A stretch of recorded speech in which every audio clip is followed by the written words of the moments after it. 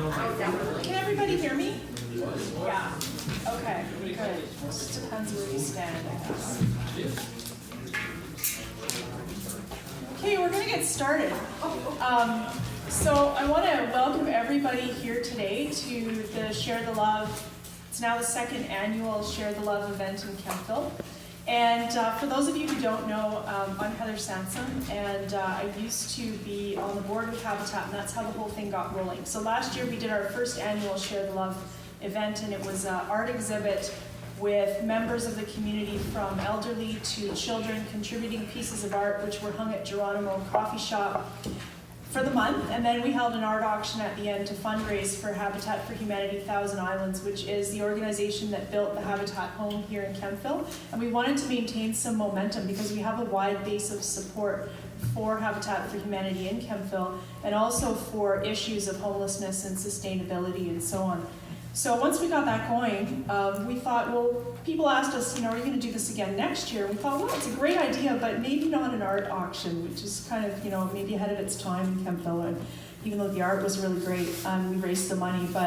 So we widened it out a little bit. We also had not so much time this year to be involved. So this year we decided to find out who wanted to do something to help and put that together and widen it out a little bit into a broader campaign.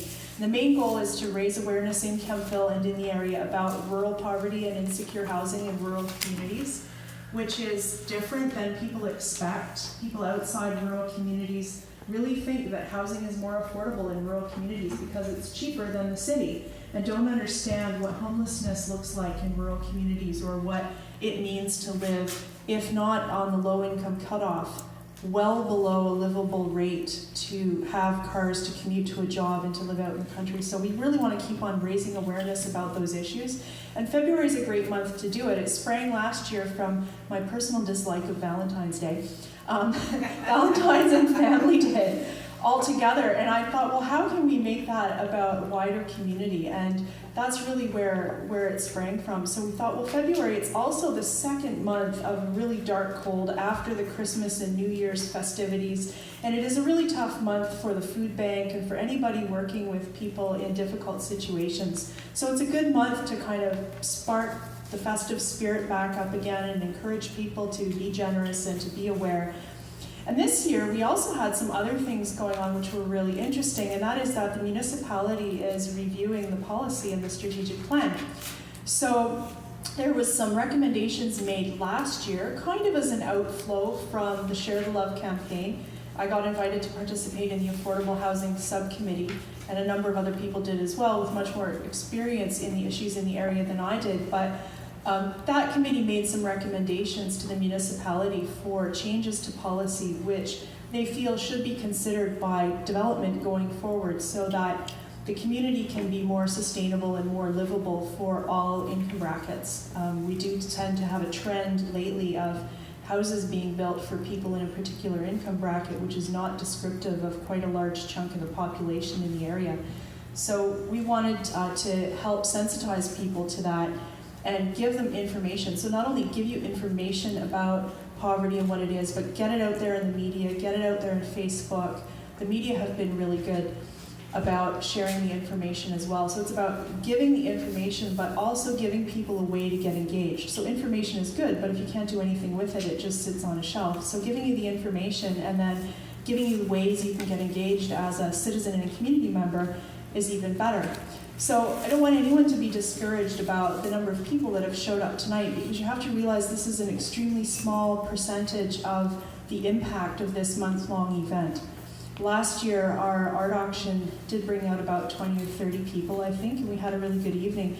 But it wasn't the art auction that raised the most awareness. It was the number of media impressions, articles in the newspaper, the radio. I think, John, was there television as well? Don't remember. John Barkley's our PR guy. So we got a lot of media impressions last year, and that helped really increase the sensitivity. People I bumped into knew what we were talking about. They knew the issues a little bit more. And everybody that gets involved also has an opportunity to reflect on the issues, to talk about them, and to share them. So there's really a ripple effect that happens with a month-long campaign like this, as opposed to focusing on the single event.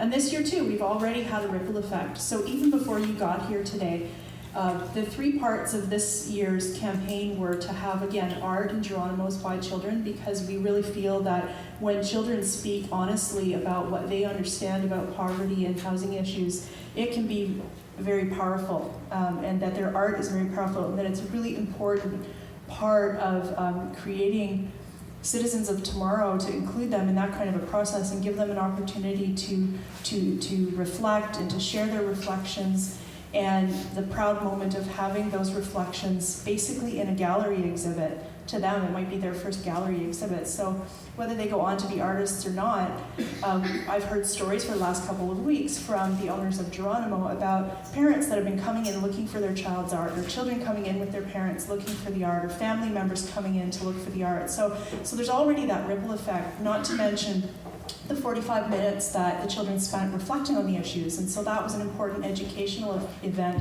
impacting about 40 or so children, which Anne will talk to you about later.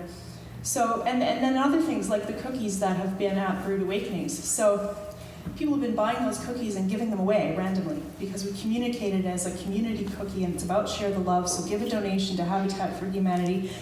And people have been buying the cookies and giving them away, and I've been hearing stories from the owner and the staff at Brood Awakenings about that. So even before you got here today, I have no idea how many people have been impacted positively by the whole campaign.